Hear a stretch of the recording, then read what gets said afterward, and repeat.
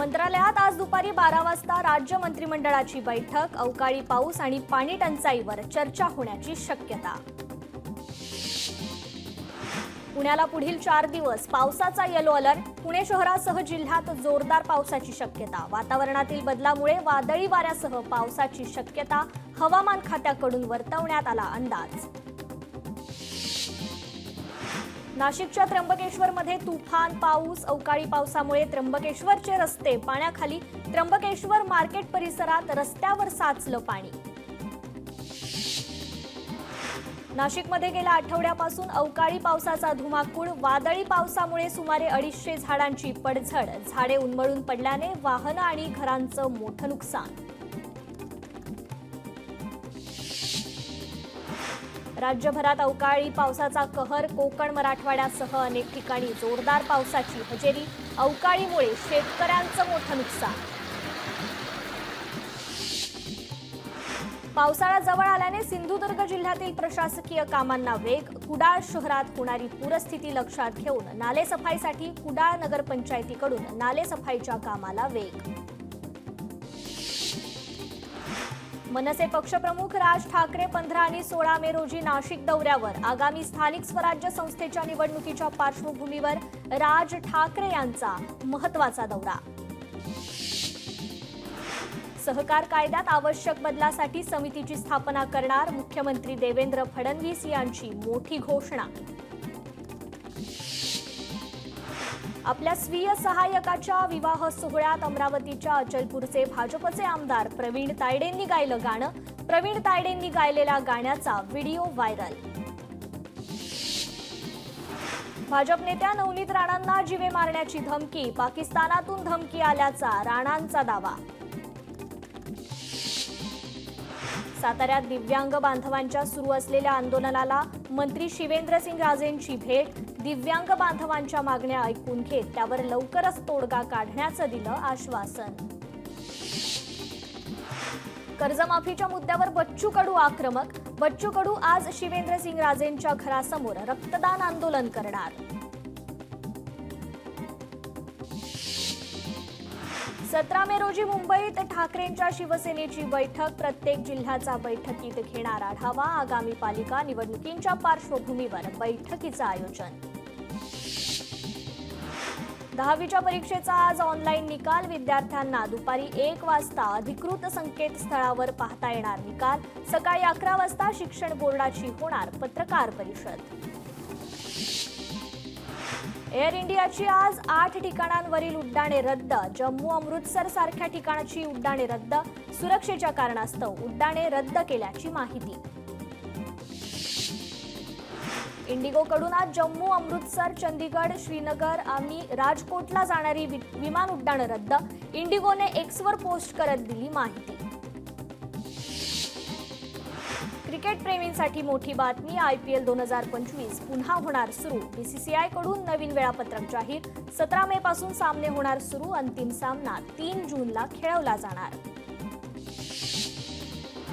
ST महामंडळात लवकरच होणार मेगा भरती. एसटी महामंडळ 25,000 बसेस विकत घेणार. परिवहन मंत्री प्रताप सरनाईक यांचा मोठा निर्णय.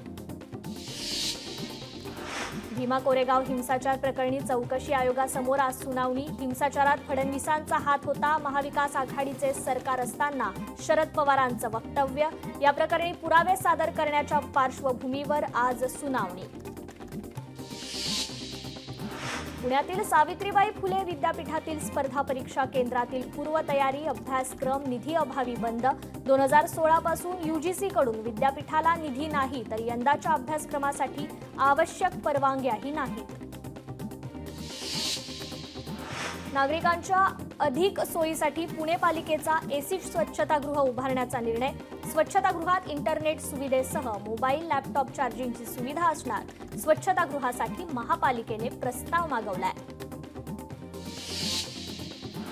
भारत पाकिस्तान तणावामुळे विस्कळीत झालेली पुणे विमानतळाची वाहतूक पुन्हा सुरळीत सुरू. सोमवारी दिवसभरात 156 विमानांनी उड्डाणं केल्याची माहिती.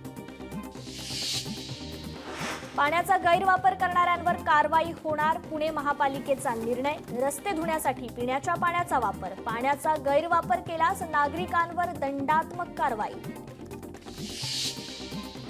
ठाण्यातील निळकंठ हाईट सोसायटीच्या 700 सदनिकाधारकांच्या उच्च न्यायालयाचा दिलासा. सोसायटी असोसिएशनला अभिहस्तांतरण प्रमाणपत्र देण्याचे आदेश. मुंबईत कचरा संकलनासाठी आता जास्त वाहन क्षमता, अधिक दर्जेदार आणि रंगीबेरंगी वाहनांचा वापर केला जाणार. कचरा व्यवस्थापन विभागात कामाचं फेरनियोजन करण्याचा पालिकेचा निर्णय. विद्यार्थ्यांना अभ्यासक्रमात आता नागरी संरक्षणाचे धडे. मुंबई विद्यापीठात आता नागरी संरक्षण अभ्यासक्रमाचा समावेश. यासाठी नागरी संरक्षण महासंचालनालय आणि मुंबई विद्यापीठ यांच्यात सामंजस्य करार. भिवंडीकरांचं श्रद्धास्थान असलेल्या वऱ्हाळ देवीची यात्रा आणि पालखी सोहळा उत्साहात संपन्न. यात्रेसाठी हजारो भाविकांची गर्दी. राज्यात नवीन होर्डिंग धोरणाची अद्याप अंमलबजावणी नाही. घाटकोपर होर्डिंग दुर्घटनेला 1 वर्ष उलटूनही धोरण अद्याप कागदावरच. घाटकोपर होर्डिंग दुर्घटनेप्रकरणी संशयित निलंबित IPS कैसर खालिद याचं पुढे काय? खालिद यांच्यावर होर्डिंगला अवैधरित्या परवानगी दिल्याचा ठपका. राज्यात हिवतापाच्या रुग्णसंख्येत लक्षणीय घट. गेल्या 10 वर्षात रुग्णसंख्येत 62.76% घट.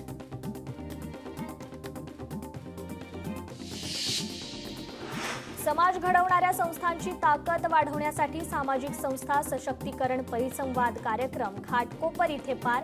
देश प्रतिष्ठान आणि विवेक स्पार्क फाउंडेशनच्या वतीने परिसंवाद कार्यक्रमाचं आयोजन. पद्मश्री डॉक्टर सुबन्ना अय्यप्पन यांचा मृत्यू. 7 मे पासूनच घरातून बेपत्ता असलेल्या अय्यप्पन यांचा मृतदेह कर्नाटकातील मंड्या जिल्ह्यातील कावेरी नदीत आढळला. यवतमाळ जिल्ह्यात प्रथमच बीजोत्सव कार्यक्रमाचं आयोजन. कार्यक्रमात विविध दुर्मिळ आणि लुप्त होत चाललेल्या वाणांची शेतकऱ्यांना माहिती. अनेक संस्था सहभागी. धाराशिवमधील मुख्य रस्त्यावरील पाण्याची पाईपलाईन फुटली. लाखो लिटर पाणी वाया. कर्मचाऱ्याकडून पाईपलाईन दुरुस्तीचं काम सुरू. साताऱ्यात नो हॉकर्स झोनचा प्रश्न चिघळला. छोट्या व्यावसायिकांवर उपासमारीची वेळ. छोट्या विक्रेत्यांनी घेतली मंत्री शिवेंद्रराजेंची भेट. यवतमाळ शहरात रेती अभावी अनेक बांधकामं रखडली.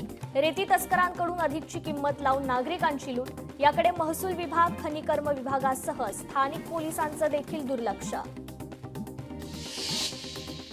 बीडमधील पोलीस मुख्यालयाच्या इमारतीची दुरावस्था. मुख्यालयात राहणारे पोलिसांचे कुटुंब असुरक्षित. पहिल्याच पावसात इमारतीच्या बांधकामातील भ्रष्टाचार उघड.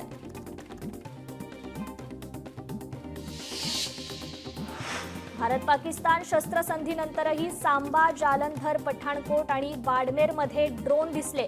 भारतीय हवाई दलाने सांबा आणि पठाणकोटमध्ये ड्रोन पाडले. मात्र भारतीय लष्कराच्या निवेदनात शत्रूच्या ड्रोनची नोंद नाही. पंतप्रधान नरेंद्र मोदींचा जनतेशी संवाद. ऑपरेशन सिंदूर थांबलं नसून फक्त स्थगित केल्याची मोदींची घोषणा.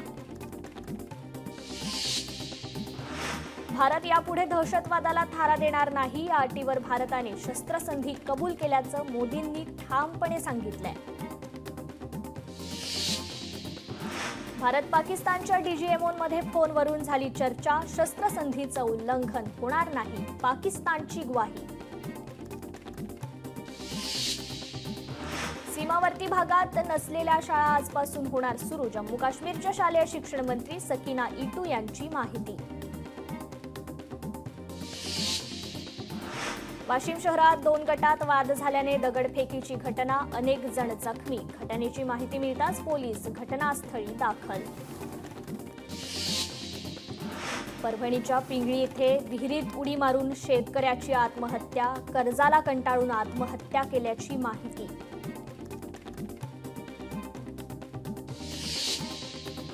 सांगलीमध्ये भर दुपारी गुन्हेगाराची हत्या. सह्याद्रीनगर नमरा मस्जिद परिसरातील घटना. 8 ते 10 जणांनी हत्या केल्याची माहिती. पोलिसांकडून तपास सुरू. छत्रपती संभाजीनगरमध्ये भरधाव वेगात येणाऱ्या ट्रकची दुचाकीला धडक. दुर्घटनेत दुचाकीस्वाराचा जागीच मृत्यू. ट्रक चालकावर पोलीस स्टेशनमध्ये गुन्हा दाखल. कराडच्या मुख्य बाजारपेठेत असलेल्या फटाक्याच्या दुकानाला शॉर्ट सर्किटमुळे आग, 1 जण जखमी. आगीत दुकानातील साहित्य जळून खाक. अग्निशामक दलाच्या कर्मचाऱ्यांकडून आगीवर नियंत्रण मिळवण्यात यश.